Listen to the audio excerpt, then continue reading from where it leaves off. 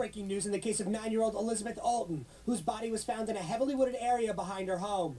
ABC News reports the teen suspect, who is reportedly female, is the older sister of the little friend Elizabeth was last seen playing with.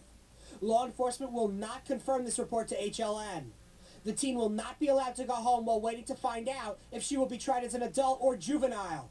An attorney representing the teen waived the detention hearing today. The teen suspect will remain at the Juvenile Detention Center until the certification hearing November 18th. Also today, KMIZ reports the home search shortly after the body was found is the same home the suspect lives in. Yesterday, we learned from neighbors that the home searched is also the home of Elizabeth's friend she was last seen playing with. Police will not say how these two reports are connected. We are taking your calls live at you, Pat Brown, criminal profiler, author of Killing for Sport. Pat, I hardly even know where to start with you because all of this is your expertise. I want you to weigh in on your profile of this 15-year-old girl. I got to tell you something, Pat. Out of all the cases I've ever prosecuted, investigated, or covered, this one has really thrown me for a loop. Because when I immediately see a set of facts, I conjure up in my mind, analytically, who I think the perp is. All right? I would never have guessed a 15-year-old playmate sister. Never. Well, I'm with you there, Nancy, because we haven't had very many young females do this kind of thing to little children. But we are seeing an increase of violence among those female, those teenagers these days. And I'd say, my book was called Killing for Sport. That's what this girl did. She killed for sport. She killed for a thrill. She's a cold-blooded psychopath, no remorse, no guilt. Well, maybe he's watched one too many slasher films and says, that's the kind of thing I want to do because that'll give me the fun, which I don't get out of normal teen activities. I want to give a warning to parents. When you let your child go over to play, not only should the playmate be okay, check those parents out, the sisters and brothers. If you don't trust all of that family implicitly, don't let them go over there because they might have one of these creatures sitting around the house. Hey, you're preaching to the choir. John, David, and Lucy's little play school teachers, they look out the window, and there I am standing there, looking in. Just checking. You absolutely cannot be too safe. But I want to also ask you, in your expertise, the mode of killing, because the autopsy report has not yet been released. Right. Well, generally speaking, I think you're right. Normally we have a strangulation type thing, a suffocation. But this girl also might like to beat somebody with a rock or something like that. I don't think guns, possibly a knife, but I tend to think it's going to be a hands-on kind of thing. Okay, back to the lines. Mercy of Pennsylvania. Hi, dear. Hi, Nancy. Thank you for taking my call. I actually have two quick questions. Okay. I actually have two quick questions for you. My first one is, do they know for sure if the letter was written by the 15-year-old girl and not somebody else? My second question is, do they have motive yet?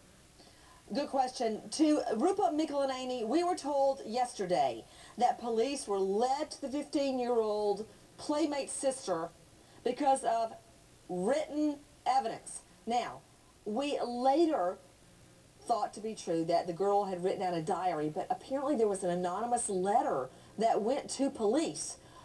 From who? What do we know? The police are being very tight-lipped about this, but they did announce initially that there was some type of a correspondence which led them to the 15-year-old suspect. Then later, they said when they were charging her with first-degree premeditated murder that they had written evidence, which leads us to believe that there are two separate written pieces of information. One possibly a diary, the other is correspondence, but we don't know to who from possibly the suspect. To Dr. Kent Harshbarger, medical examiner, forensic pathologist, joining us out of Dayton, Ohio. Doctor, thank you for being with us.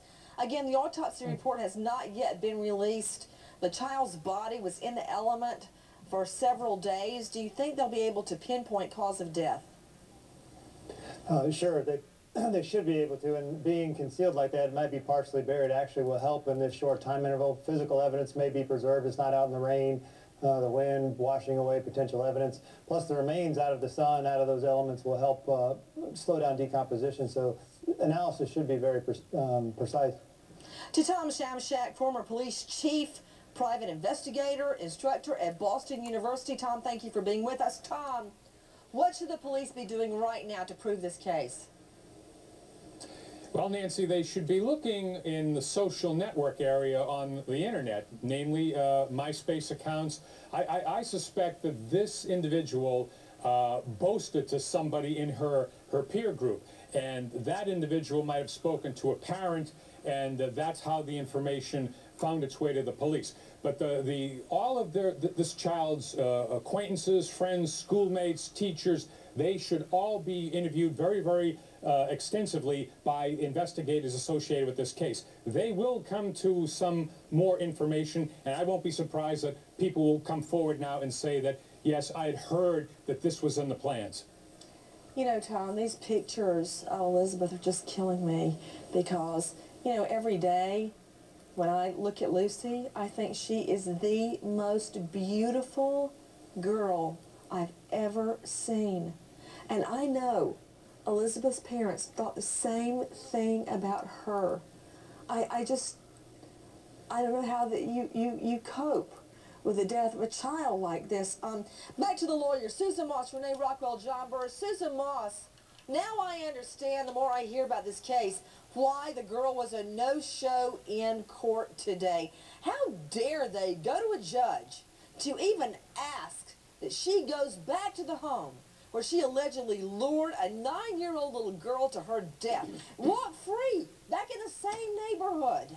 Let her go. Oh, heck no. But I got to tell you something. Lured back by a criminal, any type of juvenile punishment is too minimal. This girl is going to be tried as an adult. She's going to get an adult sentence. I don't care how many psychological tests you throw at that judge. It will be in an adult court.